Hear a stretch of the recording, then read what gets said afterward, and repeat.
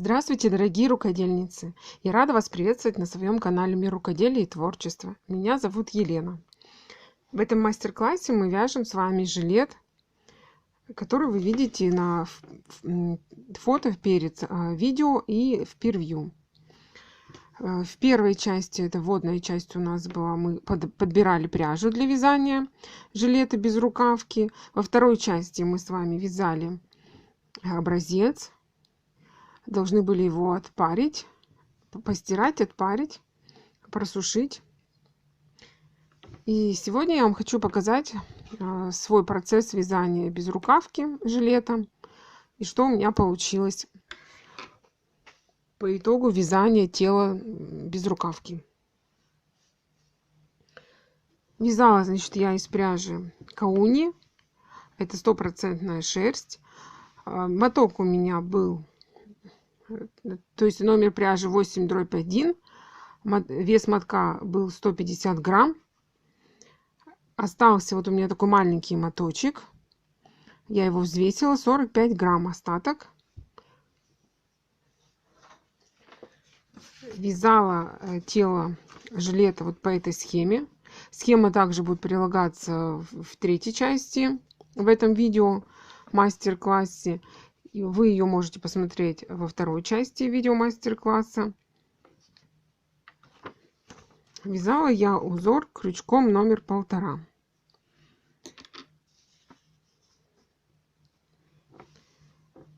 И вот что у меня получилось.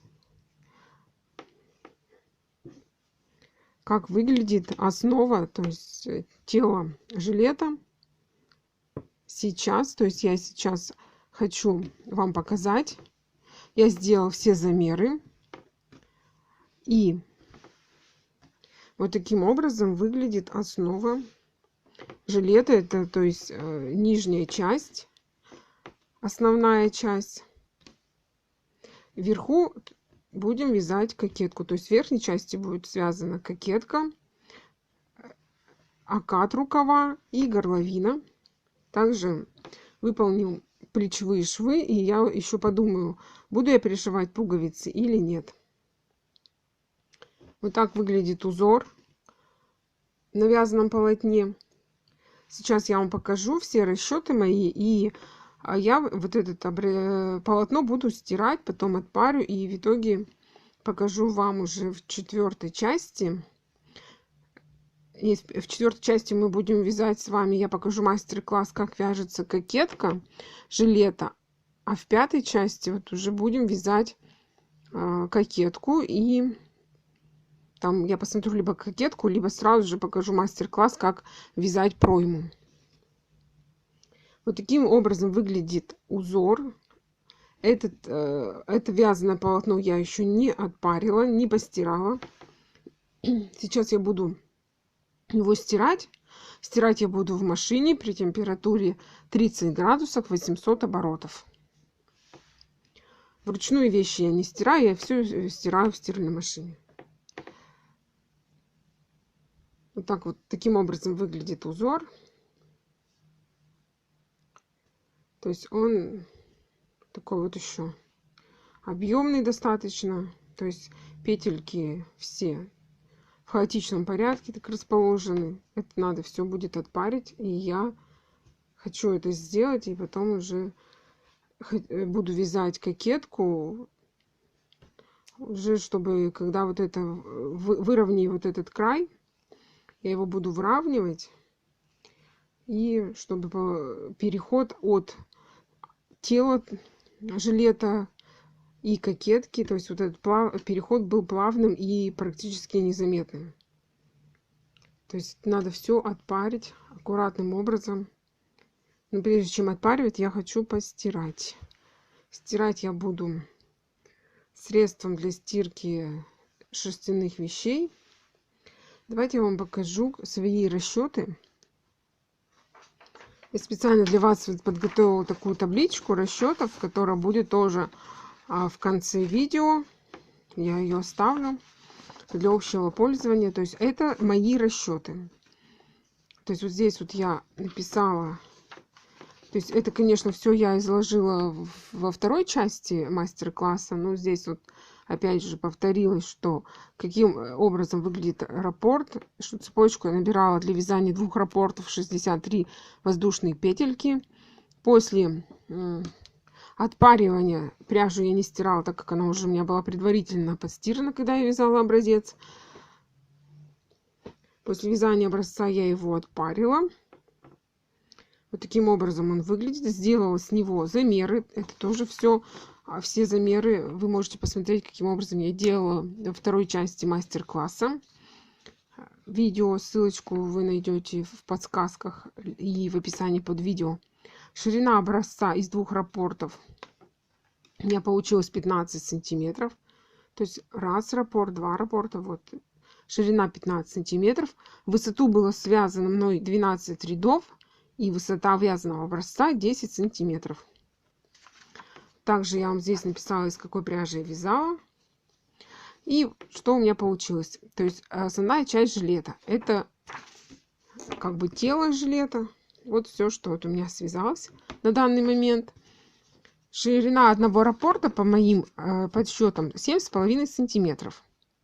То есть я вот этот образец поделила на 2. Так как здесь у меня 15 сантиметров общая ширина образца, я поделила на 2, у меня получилось 7,5 сантиметров. Общая ширина вязаного полотна у меня вот здесь вот 14 раппортов.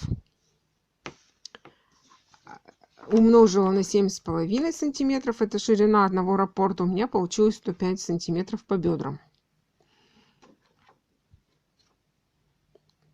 И общая ширина по бедрам, то есть моего жилета, составила 105 сантиметров. То есть я хочу еще отпарить, постирать, отпарить, и еще сделаю контрольные замеры. И если они изменятся, то я напишу. Если все останется без изменения, как вот есть, так оно и будет. В высоту связано 9 раппортов. Высота вязаного полотна у меня 40 сантиметров. То есть вот эта часть от кокетки до низа жилета 40 сантиметров. То есть вот здесь выше будет кокетка располагаться, а вот это край, то есть низ жилета. Вот такие такая кайма останется. Таким образом будет выглядеть край жилета. Так, значит, в высоту связано 9 раппортов.